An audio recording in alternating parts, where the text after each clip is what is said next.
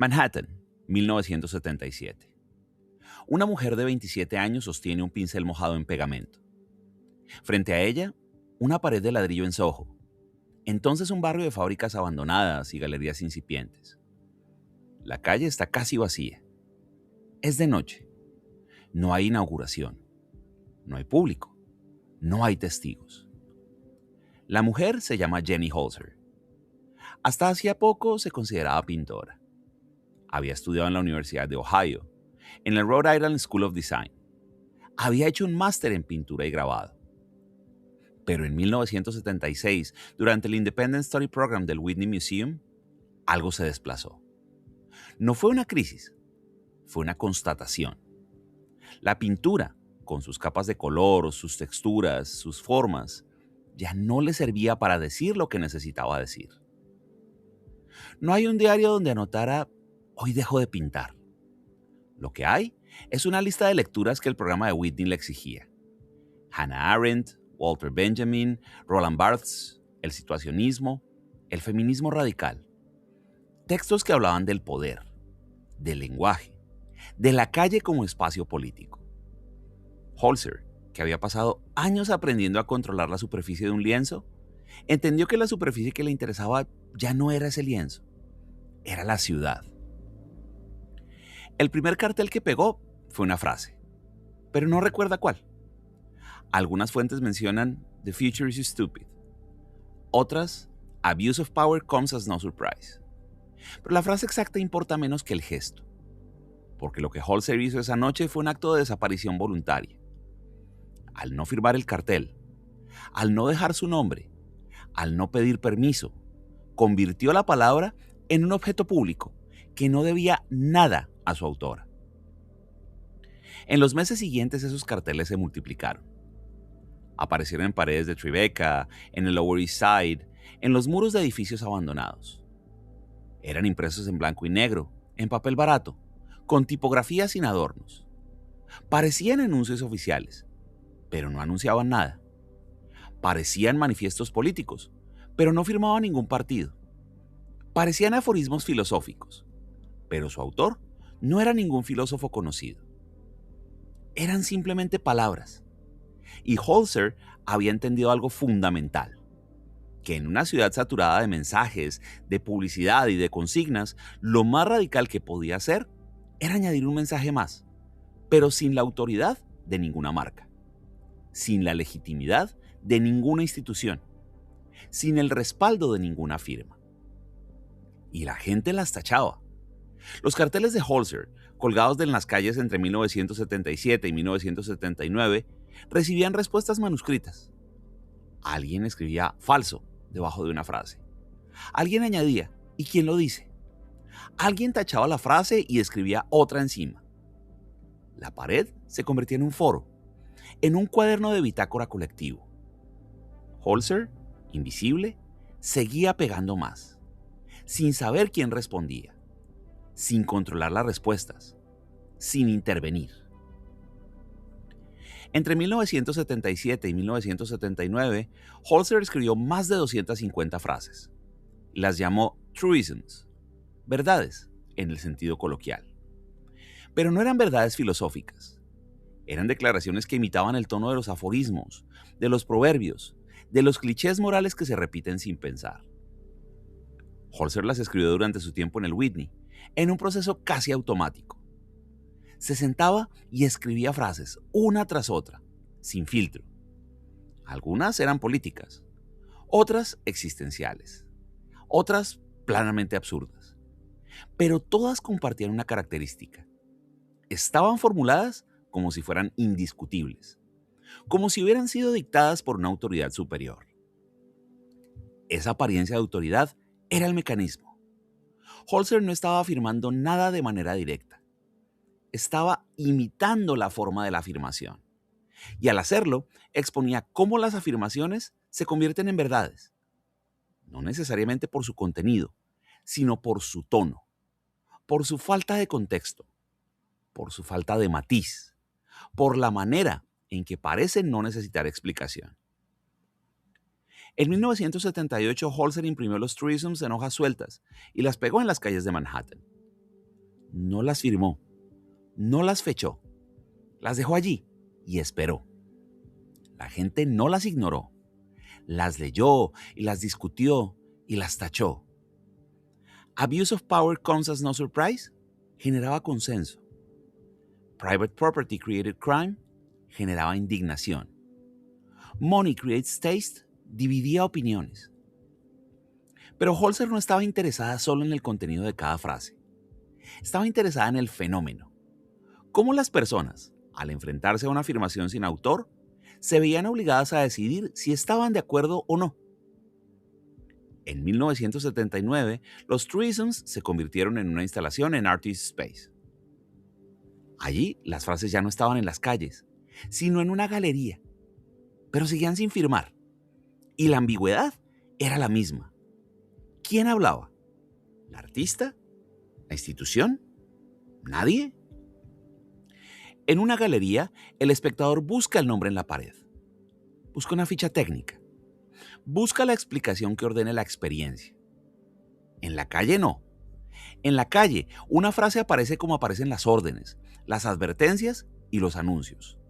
De golpe, sin pedir permiso, con una autoridad prestada por el lugar donde está escrita. Los truisms funcionan porque no tienen una sola voz. Pueden sonar como propaganda, como sabiduría popular, como amenaza, como consejo, como burla. Son frases que parecen venir de todas partes y de ninguna. Por eso la lista era de nadie. Y por eso podía interpelar a cualquiera. Entre 1979 y 1982, Holzer dio un paso más. Los truisms eran frases de una línea. Los inflammatory essays eran textos de 100 palabras. Más densos, más retóricos, más agresivos. Estaban inspirados en manifiestos políticos, utopías, textos religiosos, proclamas revolucionarias, delirios ideológicos. Cada ensayo defendía una posición extrema. Uno proclamaba la necesidad de una revolución violenta. Otro, la importancia de la sumisión. Otro más, el fin de la propiedad privada. Y otro, el retorno a los valores tradicionales. Holzer los imprimía en papeles de colores, rojo, naranja, amarillo o azul.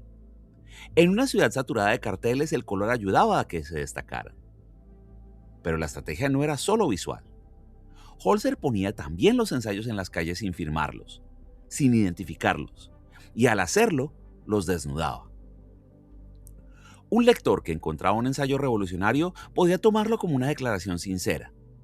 Pero si encontraba otro al día siguiente que defendía lo contrario, empezaba a preguntarse, ¿quién escribía esto? ¿Era la misma persona? ¿Era un grupo? ¿Era un experimento? Esa confusión era el objetivo. Holzer no estaba tomando partido dentro de cada texto. Estaba mostrando cómo funcionan las ideologías. Cada una se presenta como la única verdad. Cada una exige adhesión total. Cada una promete salvación. Al ponerlas todas juntas, sin jerarquía y sin autor, las hacía chocar entre sí. El lector veía el mecanismo, no solo el mensaje. Veía la retórica, no solo la verdad que esa retórica pretendía defender. Los essays no eran un llamado a la acción, eran un llamado a la sospecha. Una invitación a preguntarse por qué ciertas ideas nos parecen evidentes y otras descabelladas. Porque otras nos parecen peligrosas antes incluso de haberlas terminado de leer. De las paredes al suelo. De las calles a los edificios oficiales. Entre 1980 y 1982, Holzer comenzó a fundir sus frases en placas de bronce. El mismo material que se usa para marcar edificios históricos, para conmemorar batallas, para honrar a los muertos. Here lived, here fought, here fell. Pero las frases de Holzer no hablaban de héroes ni de batallas. Hablaban de lo cotidiano. It is hard to know what people want. You should limit the number of times you allow yourself to be humiliated. Even with your eyes closed, you can see. El bronce era para lo permanente. Las frases hablaban de lo efímero. Y esa tensión era el sentido. Holzer explicó que las placas se movían hacia un formato oficial.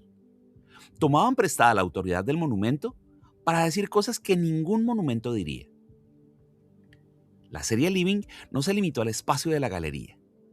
Se instaló en lugares públicos, parques, plazas, edificios gubernamentales. En 1982, una selección de placas se colocó en Battery Park, en Nueva York. El bronce brillaba bajo el sol. Los transeúntes se detenían a leer. Algunos se reían, otros se quedaban en silencio. El formato decía, esto es importante. El contenido decía, esto es frágil. El lector no sabía si estaba frente a una advertencia, una confesión o una broma seca. Y probablemente las tres cosas. La obra de Holzer empezaba a cambiar de cuerpo. Primero, había sido papel barato pegado en muros. Luego textos de colores multiplicados en la calle. Ahora era bronce. Un material pesado, histórico, solemne. Pero la operación seguía siendo la misma. Tomar un formato asociado con la autoridad y hacerlo decir algo inestable. En 1982, Holzer recibió una invitación. El Public Art Fund le ofreció usar el tablero electrónico Spectacolor en Times Square. Una pantalla gigante, diseñada para publicidad, ubicada en el centro del ruido comercial de Nueva York. Holzer aceptó, y por primera vez, sus frases no estaban pegadas en una pared. Estaban encendidas. La serie se llamó Survival. Frases cortas, diseñadas para ser leídas en segundos, mientras la gente caminaba, miraba, compraba, cruzaba la calle, levantaba la vista apenas un instante. Protect me from what I want. It is hard to know what people want. Abuse of power comes as no surprise. La tecnología que normalmente vendía productos, ahora vendía preguntas. La pantalla que mostraba anuncios de cigarrillos, refrescos y películas, ahora mostraba frases que incomodaban. El contraste era brutal. No era solo una cuestión de formato, era una cuestión de alcance. Las paredes de Manhattan llegaban a cientos de personas. Times Square llegaba a millones. La palabra anónima ya no era un cartel en una pared, era una luz en medio de la ciudad. Y esa luz tenía una velocidad distinta. El papel podía detenerse, el bronce podía permanecer. La pantalla, en cambio, pasaba. La frase aparecía, brillaba y desaparecía. Y había que leerla rápido, como se leen las noticias urgentes o los anuncios de último momento. Pero lo que decía no era urgente en el sentido habitual. No anunciaba una oferta, no informaba una emergencia, no pedía comprar nada. Era una urgencia interior, una interrupción de la conciencia. Protect me from what I want.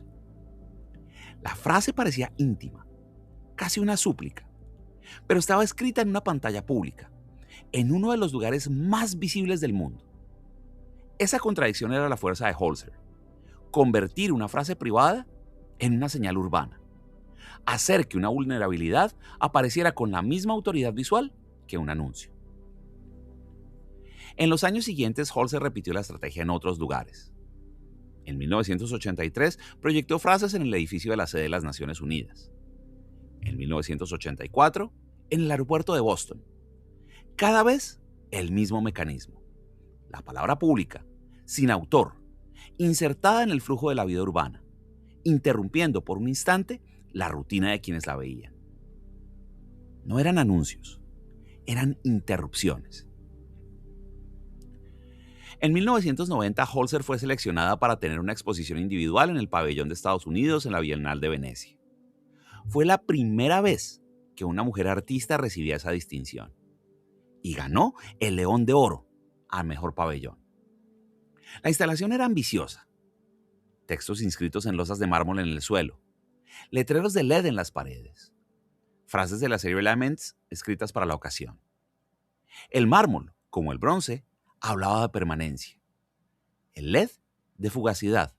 Y juntos creaban una tensión que el jurado reconoció como extraordinaria. Pero el premio no era el punto. Holzer había pasado de pegar carteles en Manhattan a ocupar el centro institucional del arte contemporáneo. Y sus palabras seguían sin tener dueño. Los textos de Laments no estaban firmados. No tenían una voz identificable. Eran lamentos anónimos, dichos por nadie, escuchados por todos. La prensa celebró la instalación. Los críticos hablaron de madurez y de consagración.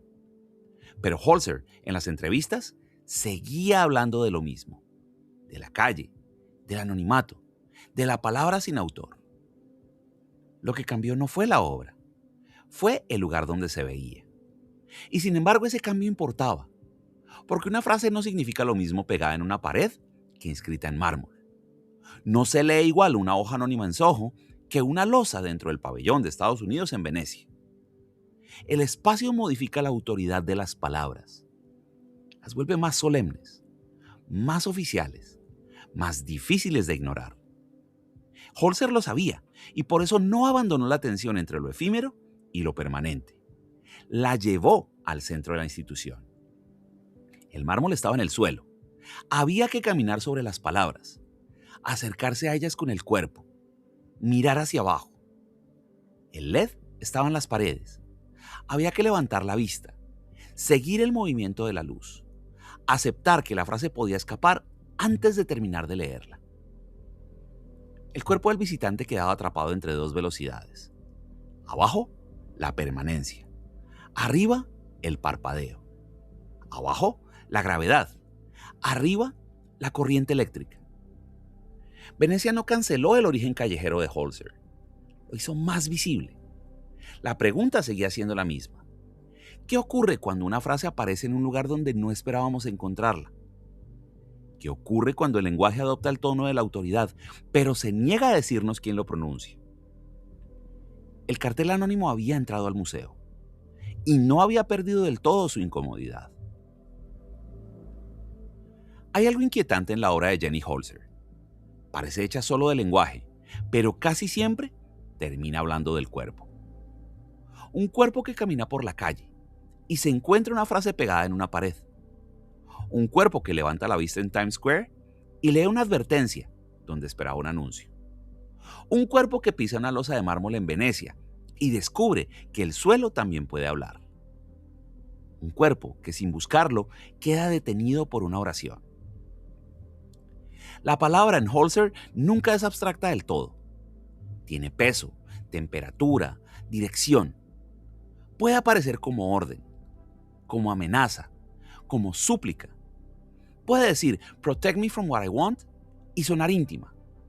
Puede decir, "Abuse of power comes as no surprise" y sonar pública. Puede estar escrita en bronce y parecer definitiva. Puede estar hecha de luz y desaparecer en segundos. Esa es una de sus tensiones más profundas. Holzer trabaja con frases que parecen impersonales, pero las coloca siempre frente a alguien. No existen en el vacío.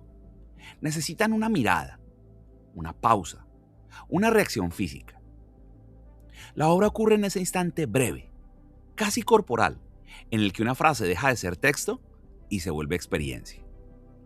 Por eso sus palabras funcionan tan bien en espacios públicos. Nos piden una lectura tranquila, protegida, académica. Interrumpen. Aparecen cuando uno está cruzando una plaza, entrando a un museo, esperando un taxi, bajando unas escaleras, caminando sin atención. No llegan como literatura, llegan como señal. Y una señal no se contempla de la misma manera que un cuadro. Una señal se obedece, se ignora o se sospecha. Una señal tiene autoridad incluso antes de que entendamos lo que dice. Holzer entendió eso muy temprano. Entendió que la ciudad ya estaba llena de frases que organizaban la vida. Compre, vote, espere, avance. Su obra no inventó esa gramática. La tomó prestada, la torció apenas. Donde debía haber una instrucción, puso una herida. Donde debía haber publicidad, puso una duda. Donde debía haber claridad, puso una pregunta sin dueño. A partir del 2001, Holzer dejó de escribir sus propios textos. Pero no fue un bloqueo. Fue una constatación parecida a la que le había llevado 25 años antes a abandonar la pintura. Las palabras que necesitaba mostrar ya existían. Estaban en poemas, en testimonios, en discursos, en documentos oficiales. Su trabajo ya no era solamente escribir, era encontrar, seleccionar, amplificar. Y ese cambio se volvió especialmente claro en 2005 con las Redaction Paintings. Holzer comenzó a trabajar con documentos gubernamentales desclasificados, informes militares, memorandos de inteligencia, declaraciones oficiales, textos producidos por el poder que el poder había intentado controlar. Los amplió, los serigrafió sobre lienzo y los llevó al espacio de la pintura. Pero no eliminó sus marcas de censura. Al contrario, las dejó allí. Tachones, barras negras, fragmentos ilegibles, espacios donde la información había sido retirada. La palabra redaction significa censura, pero también significa edición. Holzer no estaba censurando, estaba mostrando la censura, haciendo visible no solo el contenido del documento, sino el gesto que intentaba impedir su lectura. Los documentos hablaban de guerra, de tortura, de vigilancia, de opacidad institucional, pero muchas veces las palabras estaban mutiladas. El lector veía el borrado antes que el contenido. Ese gesto cerraba un círculo extraño. Holzer había comenzado borrándose a sí misma para que las frases pesaran más. Ahora, el poder borraba partes de sus propios documentos para que las frases pesaran menos. Ella tomaba ese borrado y lo devolvía a la vista. Desde mediados de los años 90, Holzer empezó a proyectar textos sobre edificios, ríos y montañas. Las palabras ya no estaban fijas en una placa ni en una pantalla. Flotaban, se movían con la luz, desaparecían cuando cambiaba el ángulo. En 2004, como parte de una serie titulada For New York City, proyectó poemas de Wisława Szymborska, Yehuda Amichai y Henry Cole sobre la Catedral de San Juan el Divino, la fuente de Bethesda en Central Park y otros edificios de la ciudad. Aviones sobrevolaban el Hudson, arrastrando pancartas con frases de sus truisms. La ciudad entera era un lienzo. Las proyecciones se multiplicaron en los años siguientes. Sobre la pirámide del Louvre, sobre el Museo Judío de Berlín, sobre el río Sena en París. Holzer explicó que en las proyecciones, a diferencia de las instalaciones anteriores, la luz se filtraba a través de las ventanas y se colaba en las oficinas y los espacios públicos del interior. La palabra pública ya no estaba solo en la calle, estaba en el paisaje, estaba en el aire. Las proyecciones no tienen la permanencia del bronce ni la autoridad del mármol. Son efímeras por definición. Duran lo que dura la noche, lo que dura la luz, lo que dura una superficie antes de cambiar. Pero esa fugacidad es su fuerza. Una frase proyectada no pertenece del todo al edificio donde aparece. Tampoco pertenece del todo a quien la lee. Está suspendida. Se apoya en una pared sin tocarla. Cruza un río sin mojarse. Parece escrita sobre el mundo, pero no se queda. Es una forma de escritura sin posesión. 4 décadas después de pegar su primer cartel en Manhattan, Holzer sigue usando palabras, pero ya no escribe siempre las suyas. La pregunta que deja abierta no es únicamente qué decir, sino quién tiene derecho a decirlo. El anonimato fue su primera herramienta para dar peso a las frases. Al borrarse a sí misma, convirtió cada oración en un espejo, donde el lector se enfrentaba solo a sus propias convicciones. Pero con el tiempo, ese anonimato se volvió insuficiente. Las frases inventadas, por más precisas que fueran, seguían siendo frases de un artista. Tenían un límite. Al usar documentos oficiales, testimonios de silenciados, poemas de otros, Holzer reconoció algo fundamental. Algunas voces no necesitan ser inventadas, necesitan ser escuchadas. Los truisms eran preguntas disfrazadas de afirmaciones. Las redaction paintings son documentos disfrazados de pinturas. Las proyecciones son textos disfrazados de luz. En todos los casos, el mecanismo es parecido. La obra no habla solo por sí misma. Habla a través de lo que muestra, de lo que oculta, de lo que obliga a leer en un lugar inesperado.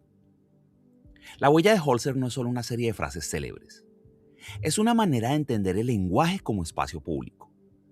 Una sospecha persistente sobre la autoridad de las palabras. Una pregunta que cambia de forma según el soporte.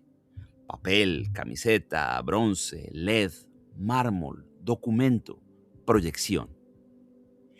¿Qué ocurre cuando el lenguaje abandona la intimidad del autor y aparece en la ciudad con la autoridad de una orden, una advertencia o una herida? ¿Qué ocurre cuando no sabemos quién habla? ¿Qué ocurre cuando sí sabemos quién habla, pero una parte del mensaje ha sido borrada? Gracias.